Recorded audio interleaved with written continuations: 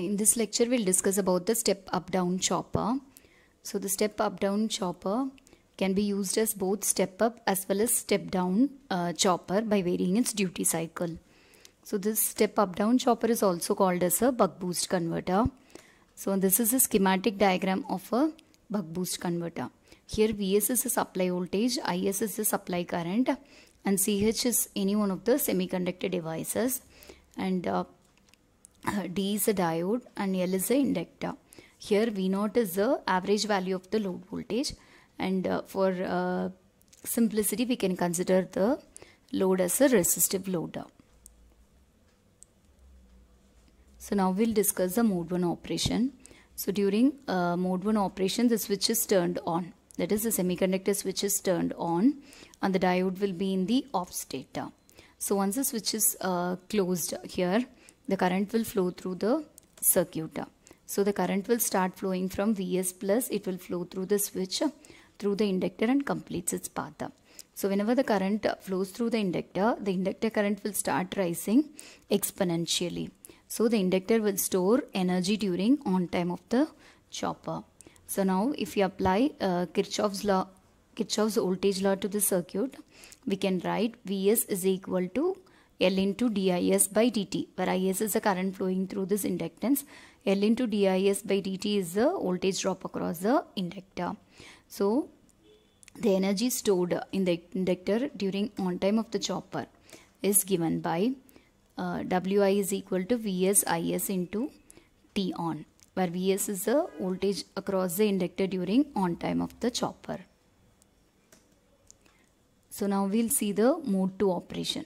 So here in mode 2, the switch is turned off. So once the switch is turned off, the current flowing through the inductor will start decreasing. So as a result, the polarity of the voltage across the inductor will get reversed. So previously it was plus minus, now it gets reversed as minus and plus. So due to this, the diode will get forward biased and the inductor current is forced to flow through the diode. That is, the inductor current will start flowing from L plus through the load, through the diode, and completes its path through L minus. So now if we apply Kirchhoff's voltage law to this loop, we can write the voltage drop across the inductor is equal to the load voltage V0. So the energy stored in the inductor during on time is now released to the load during off time of the chopper. So the energy released to the load is written as W0 is equal to V0 Is into T off, where V0 is the voltage drop across the inductor during off time.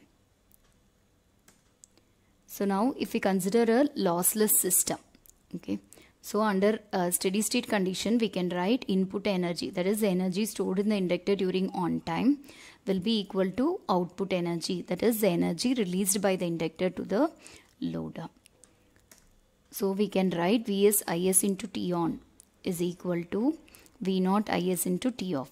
So this Is will get cancelled and V0 can be written as Vs into T on divided by T off.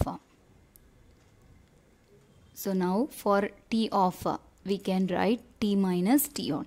So the equation becomes V0 is equal to Vs into T on divided by T minus T on. So the next step we will bring this T on downwards.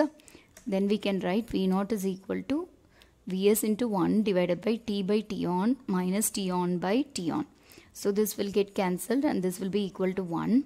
And this we already know. The ratio between T on and T is the duty cycle ratio. Now this T by T on can be written as 1 by D. So V0 becomes Vs into 1 divided by 1 by D minus 1.